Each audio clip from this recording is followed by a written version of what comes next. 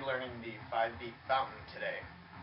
And basically, a fountain encompasses some weaves and a windmill. And this is a 3-beat 3-beat fountain. And I kind of do mine a little bit differently. I see a lot of people throwing in this really distinct windmill into their fountains kind of thing. I just kind of carry my hands over. I don't know if I cut out the windmill or it's kind of included in there, but I just keep my hands together and come over the top. And basically, with any fountain, you've got 4 different positions where for 2, you're going to be spinning in front of your body, and for the other 2, you're spinning behind your body. So as you watch a 3-beat, I'm in front, I'm behind, I'll come to the front, and then I'm behind.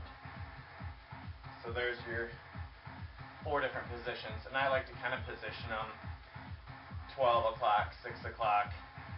Okay, this is going to be 9 o'clock for you and 3 o'clock. Just because those are simple places, but when in reality your hands are really moving through that. So to do the 5-beat fountain, you're going to want to know the 3-beat fountain, obviously. You're going to want to know all of your 5-beat weaves. Here's a forward one, and a reverse one, and be able to transition between them, that kind of thing.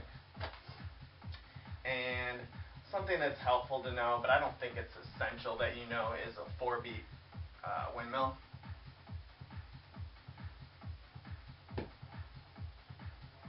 Because at least concepts from that are going to be worked into it, but like I said, I don't put a very distinct fountain or a windmill into my fountains, so I don't think that's necessarily essential to learn it. So basically, to go from your 3-beat fountain to a 5-beat fountain, you just put that extra wrist rotation at all 4 of those locations. Here's back, front, front. And you just kind of smoothly move your hands around while you do this.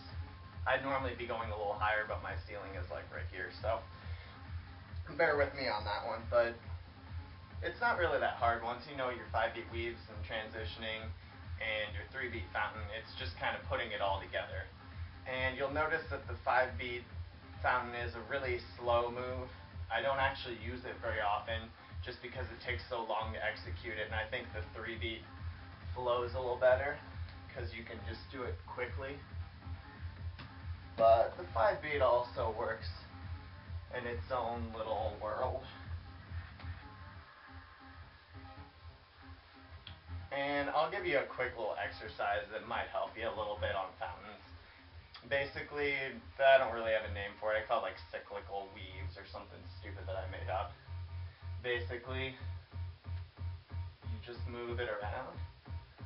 When you're on one side, you come up, and when you're on the other side, you come down. So to work that in with 5 beats,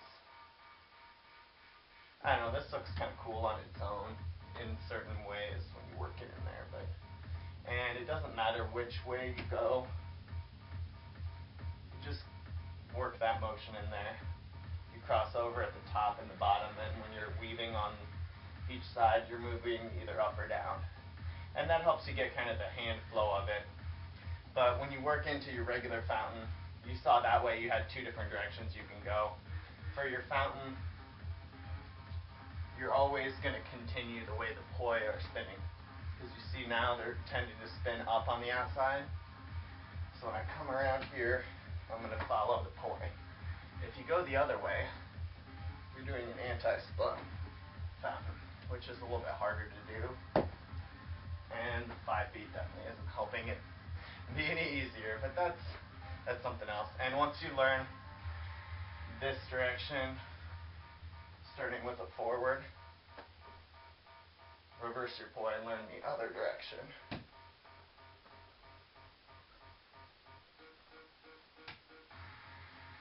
Okay, and I'll show you this from the side. I don't know how good it's going to look, but I'll try.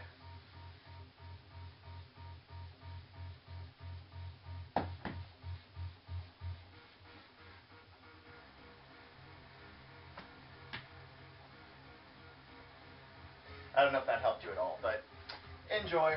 Good luck with your 5-beat fountains.